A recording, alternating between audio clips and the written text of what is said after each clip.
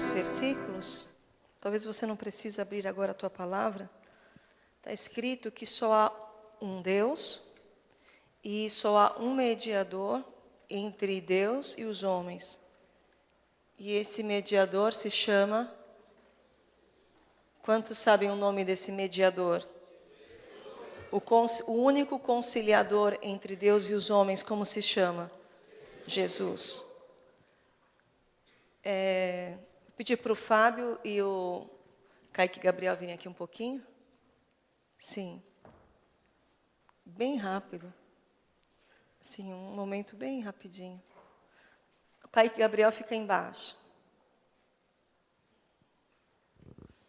E a Sara pode vir aqui um pouquinho? O Kaique Gabriel fica um pouquinho mais para lá. Ele é o homem. E Deus está aqui tentando alcançar. Aqui existe Deus e ali o homem. Por que que Jesus é o único mediador? Jesus vem como Filho de Deus. Dá a mão aqui para ele. E Jesus, Deus, o Verbo encarnado, estende a mão como Filho do homem. Como você vai usar... Solta as mãos. Como unir duas naturezas diferentes?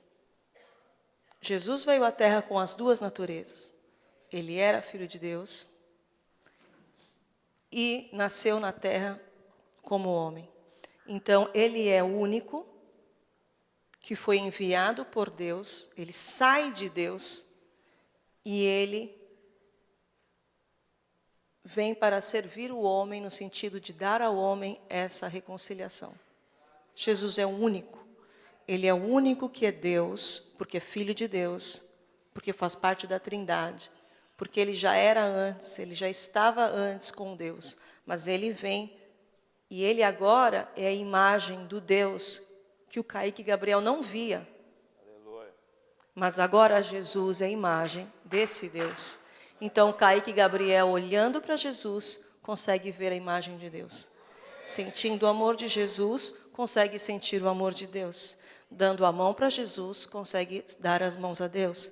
Vendo a obra de Jesus, consegue ver o plano de Deus. Não há outro mediador. Por isso, Jesus é a única expressão de Deus Pai sobre a terra. Por isso, ele pode fazer este caminho. Era preciso que houvesse sacrifícios. Sacrifícios eram entregues pelo sumo sacerdote. E o sumo sacerdote era um homem. E quando Jesus veio à terra, ele passa a ser o sumo sacerdote. Mas como ele ressuscitou, ele é um sumo sacerdote eterno, nunca mais ele vai deixar de ser. O sumo sacerdote que vinha da linhagem de Arão, quando já estava mais velhinho, morria. Mas Jesus não, porque ele é eterno. Glória! Obrigada aos três. Por isso Jesus é o único mediador, o único reconciliador. Só ele é, porque ele é o Filho de Deus e veio à terra. E há textos que falam Filho do homem. Ele foi achado na forma de homem, se humilhou e foi obediente até a morte. A prova de que Jesus tinha a natureza, não pecaminosa, mas a natureza de homem, é que muitos textos na palavra explicam que ele foi obediente, que ele se sacrificou para obedecer, que ele renunciava a sua carne para obedecer. Se Jesus fosse só Deus na terra, ele não teria todo esse esforço para trazer a obediência. Toda essa obediência que ele manifestou para Deus, foi ele sacrificando a vontade do homem, a vontade do eu, e tudo isso ele fez para que essa ponte não fosse destruída, não fosse interrompida, e todos nós fôssemos salvos. A Bíblia diz que um menino nasceu, um filho se nos deu, e o principado está sobre os seus ombros, seu nome maravilhoso, conselheiro, Deus forte. Ele veio à terra como homem. Jesus tinha a natureza de homem enquanto estava aqui. Ele deixou sua glória e se esvaziou. e se encheu de humanidade. Era impossível na lei, porque estava enferma pela carne, o homem encontrar a salvação. Então Deus enviou o seu Filho em semelhança de homem, da carne, do pecado. Mas o pecado não condenou Jesus, pelo contrário, diz Jesus, condenou o pecado na sua carne. Quer dizer, aquele que antes vencia o homem, que era a força de estar contra Deus e de pecar, aquela força que antes nos oprimia e nos separava de Deus, quando Jesus vem, ele toma esta força e ele que subjuga ela. Porque a palavra diz que daquele que você é vencido, você é escravo daquele que você é vencido. Jesus não foi vencido pelo pecado, ele foi vencedor sobre o pecado. Todos nós éramos vencidos pelo pecado, não tínhamos a chave para tirar aquelas cadeias. Jesus não foi vencido pelo pecado, ele venceu o pecado. Então ele vem como homem e ele vence aquele que te vencia. Por isso nos aproxima de Deus, nos purifica, nos traz restaura a nossa identidade e nos leva à presença de Deus. Quero compartilhar hoje uma das características mais fortes na vida de Jesus. E eu fico em paz porque desde que nós começamos esse momento na presença de Deus, parece que o Espírito Santo ele já está trazendo isso no ar. Uma das principais características de Jesus era o temor. Era o temor à presença de Deus. Ele não desvalorizava a presença de Deus porque ele era filho e conhecia a Deus. Ele valorizava, nós temos que valorizar as coisas que estão perto de nós também. Jesus valorizava as coisas de Deus, mesmo que alguns pensam, para Jesus era fácil. Bom, para Jesus não era fácil porque ele era homem. Mas Jesus tinha uma vida de intimidade com Deus. Mas ter uma vida de intimidade com Deus não te faz desvalorizar, desonrar. Quem tem uma vida de busca e intimidade com Deus tem mais temor. Quem tem mais temor, busca mais. E quem busca mais, tem mais intimidade. Quem tem mais intimidade, tem mais temor. Então Deus, parece que Ele cria uma esteira de proteção. Que quando você o busca, vem o temor. E quando você tem o temor, você o busca. E quando você o busca, vem o temor. E esse temor te coloca num ciclo de proteção. Num ciclo de santidade, num ciclo de proteção.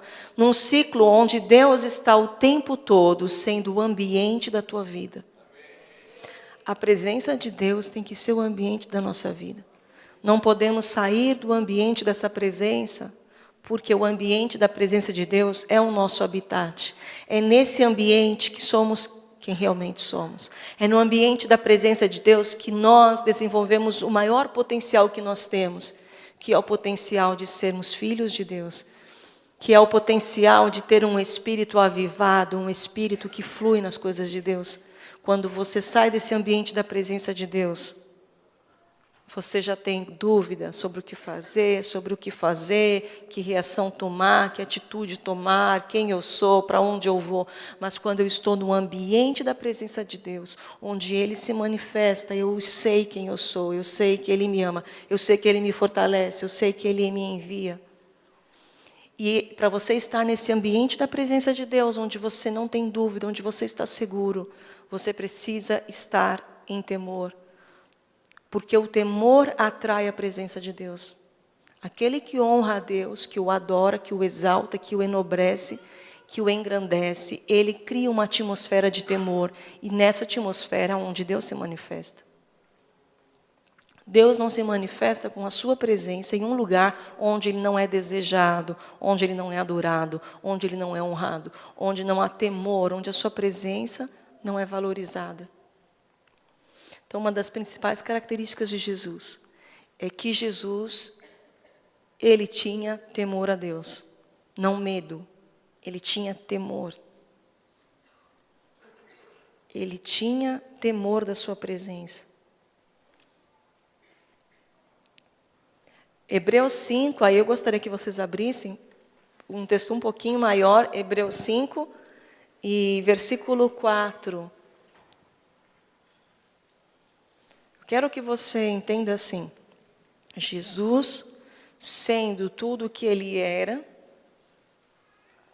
deixando tudo o que ele era, podendo ter a revelação de Deus que ele tinha, porque ele era antes de todas as coisas, ele teve uma vida de grande temor ao Senhor.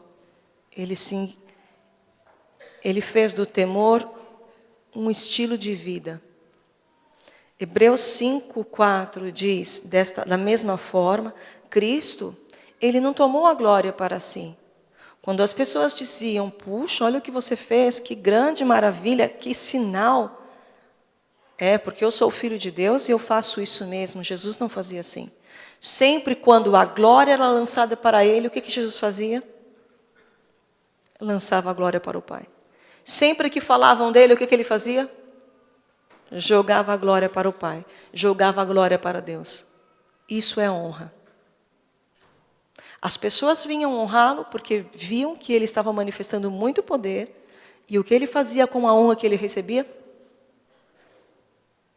Jogava para Deus. Sempre ele jogava para Deus. Jesus é o principal exemplo da tua vida. E uma das características que ele mais viveu como homem. Quantos aqui são seres humanos? Amém. Uma das características mais fortes na vida de Jesus, e eu gostaria que você levasse isso hoje, não só na sua bagagem, na sua bolsa, mas levasse isso no seu coração e no seu espírito, era uma vida de temor a Deus. Versículo 4, da mesma forma, Cristo, ele não tomou a glória de ser sumo sacerdote. Ele não tomava a glória, Deus é quem glorificava ele. Nós não temos que tomar para nós glória. Nós entregamos toda a glória para Deus. E Deus tem um princípio. Ele honra quem honra. E Ele exalta quem se humilha na presença dEle. E a Bíblia diz que, embora Cristo não tomasse glória para si, Deus disse, tu és o meu filho e eu te gerei. Não busque honra em nenhuma pessoa. A palavra diz que quando você recebe algo do alto, ninguém te tira, ninguém te toma. Para que você vai querer o reconhecimento das pessoas? Amanhã ela está de mau humor e te fala um palavrão. E da mesma boca que hoje te honrou, amanhã te xinga. Busca ser glorificado lá em cima. Porque se Deus te glorifica, se Ele te exalta, ninguém pode tocar nas palavras que saem da boca de Deus sobre a sua vida. Versículo 5, está escrito em outro lugar, tu és sacerdote para sempre. Por que que ele é para sempre? Porque ele é eterno. Porque ele ressuscitou e é um sacerdote eterno. Versículo 6, durante os seus dias de vida em terra. Veja o versículo 6. Jesus, como homem na terra, ofereceu orações e súplicas com alta voz. Versículo 7. Não se surpreenda se alguém do seu lado adorar a Deus com uma alta voz. Porque o primeiro objetivo de você ter voz não é para você se comunicar com as pessoas, mas é para você poder proclamar louvores a Deus. Você acha que você tem voz para comprar pão na padaria? Deus é um Deus de propósitos nobres. E se você tem voz, é para que você aclame o nome dEle.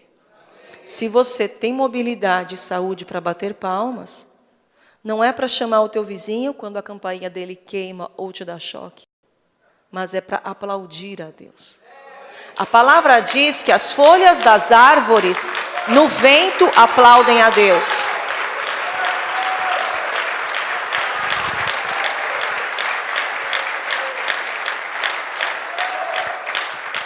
Quando o vento sopra numa floresta, as árvores aplaudem a Deus. Então Deus pensa assim, se as árvores fazem isso, quando o meu espírito passar, esse povo vai me adorar.